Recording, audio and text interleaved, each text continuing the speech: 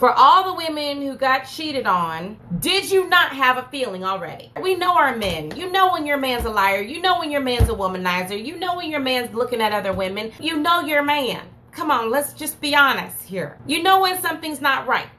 You can feel it in your spirit. That's the power of your feminine energy. Now, when you're highly in your masculine energy, you're not going to trust your feminine intuition, and you're going to ignore it because you don't want change and because you've disconnected from yourself. So some women will purposely bury their head into the grass. They will purposely ignore it because if they acknowledge that their lying, cheating, dirty, penile man is in the streets cheating on her, then that means that she has to do something about it. Do you know how many women come to me who know that their husband is cheating and they're like, yeah, but we have kids, we have a house, I mean, we got a lot.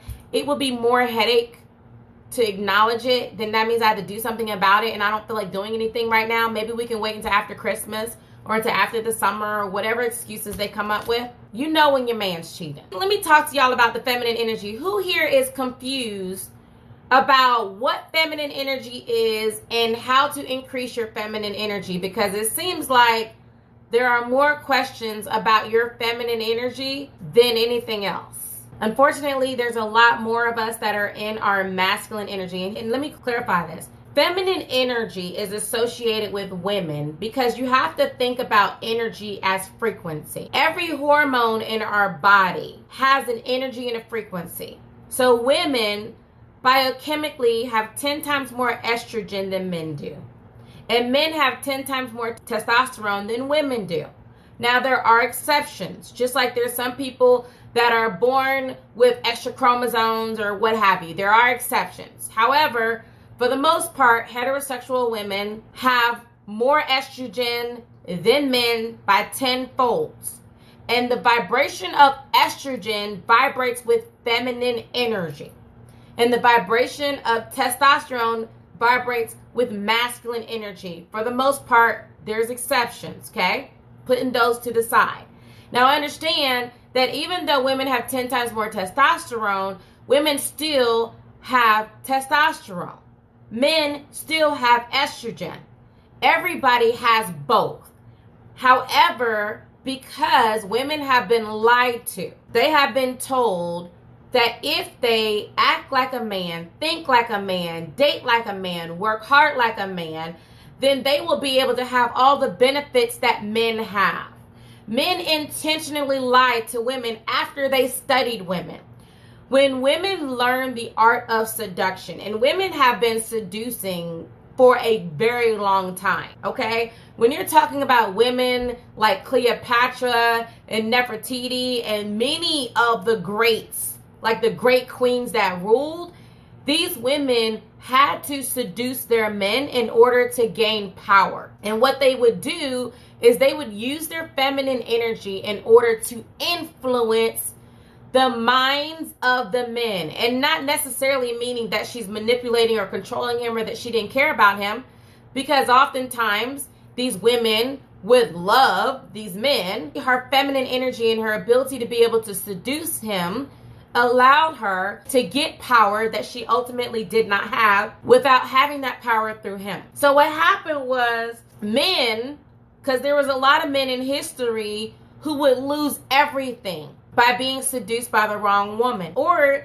there were men who would be seduced by a woman who would then not be interested in him at all, and he would feel himself like he was out of control. So then they started studying women, how women were able to captivate a man and control his actions or influence his actions.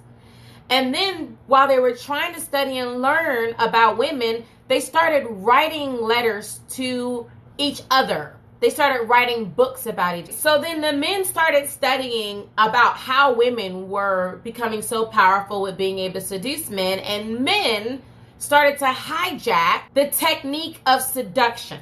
Seduction comes from women, just so y'all know. It's the activation of feminine energy in order to influence, okay? That's what seduction is. And so as men started to study women and started to hijack it, They started writing things like the Odyssey, you know, stories about how sirens would hypnotize men or enchant men and put them in a trance to the point where they would listen to their song and then row their boats into rocks. Things like if a woman looked at a man and she had the snakes, he would turn into stone. There was multiple stories that were created about women being bad, men being good. Women being the weak sex, men being the strong sex. And so women started to go through a movement where they wanted equal rights with men, as we should have had those equal rights with men. However, during the movement, when we were getting our equal rights, we were told that if we can say, look, I can do whatever a man can do, I need to be treated just like a man is treated. And we lost touch with our innate power, because there's power in feminine energy. Ladies, your feminine energy allows you to be intuitive.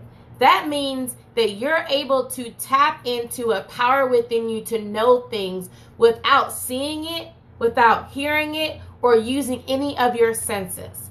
You also have the ability to create. So you not only have the power to create physical life, you also have the power to be able to create intentions, to bring into physical form someone's intentions.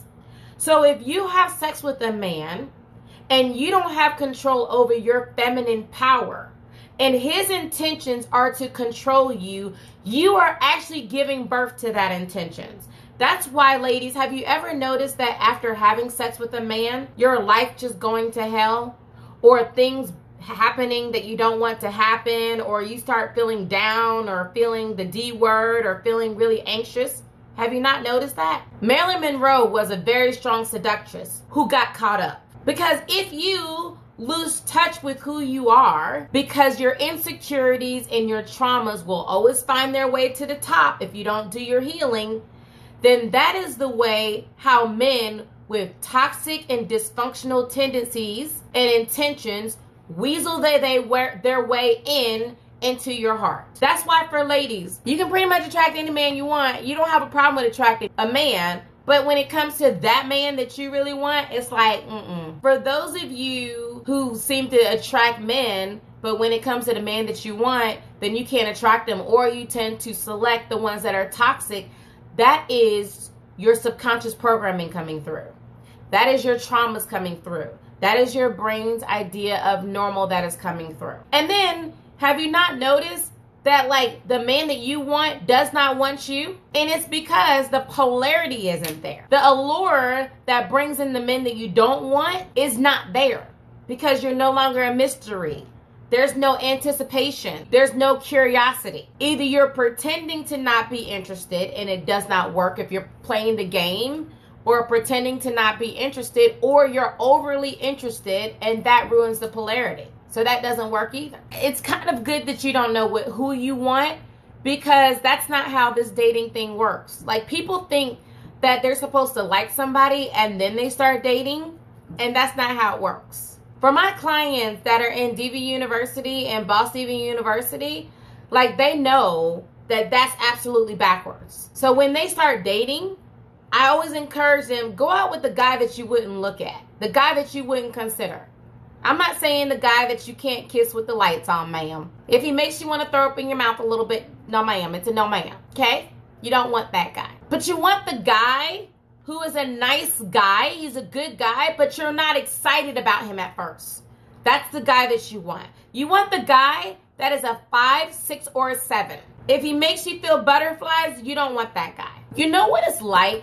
This is what I found with my clients who go through the same thing. When he's chasing you and when he's really interested in you, he sees the allure of you. He sees the part of you that you're not even trying to show, because you're not even interested in yet. You're not interested yet. However, when you start to be interested, all of your insecurities and your stuff start showing up. Your stuff starts showing up. Your insecurities start showing up. You start wanting him too much. All of that stuff starts to become a turn off, because you're not doing it right. You're putting all your emotional eggs in one basket.